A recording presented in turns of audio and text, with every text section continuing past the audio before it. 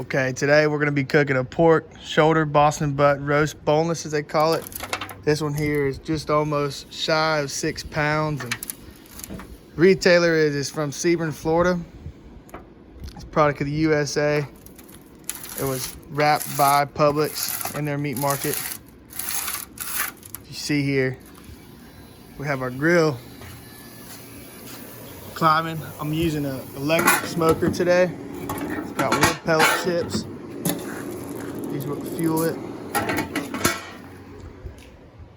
Today we're gonna get started on seasoning the actual meat. Okay. I'm gonna have to put the camera down here for a minute.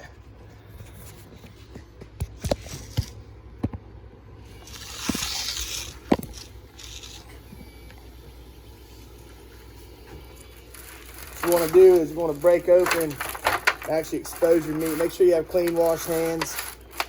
And I'm using a foil pan here so it's easy to throw out after we get done using it. So I just throw away that trash. You're not going to want to be shy with your seasoning. I'm using a multi-purpose seasoning here. It's Everglades from my hometown. Everglades seasoning. Many of you have probably heard about it. So what you're going to do is you want to leave your ropes on. Keep your Boston butt contracted. This is a boneless, by the way. Bone in is very different, but you want to coat your whole butt there. Don't be shy of your seasoning. You know, your seasoning, most of it will cook off. The more you put on, it may look like a lot. Don't overdo it. But you probably won't overdo it realistically anyway. You want to coat that real good. Tap it. You want to go all the way around it with your Everglades. That's how I like to do it. That's how I was taught to do it growing up. Want to make sure that fat get on in there. Maybe open it up a little bit. Get some seasoning down inside of the meat. You know, that never hurts. Separate it out a little bit. Try to get that flavor that's going to cook all the way through your whole butt. You know, and this stuff, it's a miracle.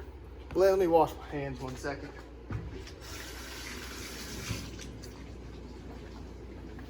This for purpose is it's called a Miracle Blend. It's a salt-free herbal seasoning. So that's pretty good. It gives that little bit of flavor, a little bit different. And it's a little bigger too. You can really see that seasoning going on.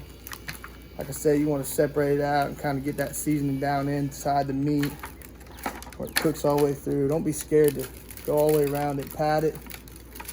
Really get a good little glaze on your meat. Like I said, most of this will cook off once it starts, that grease starts going, and over the hours it's going to sit in that grill, you know. This will be the best thing for you. Then, like Everglades already has in it your black pepper, but I like a little bit of more, I used to call it like a crisp taste. I'm a big pepper fan. Whole family is, you know. Dad was always a big pepper guy.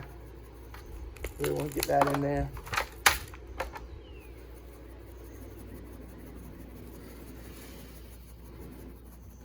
Make sure you cover the whole piece of meat that you're all working with.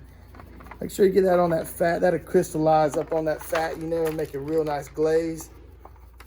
That'd be nice.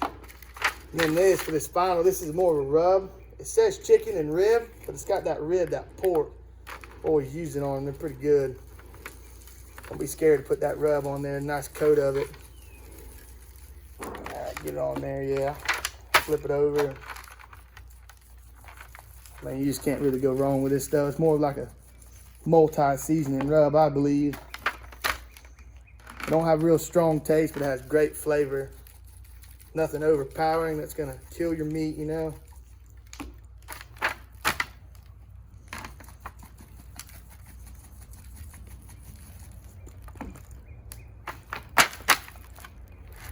Like I said, make sure you get down in that meat if you can.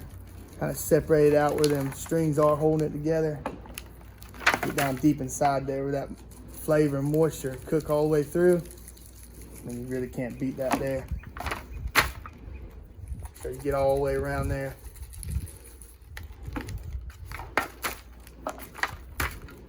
So you really got a solid glaze of that seasoning on your meat.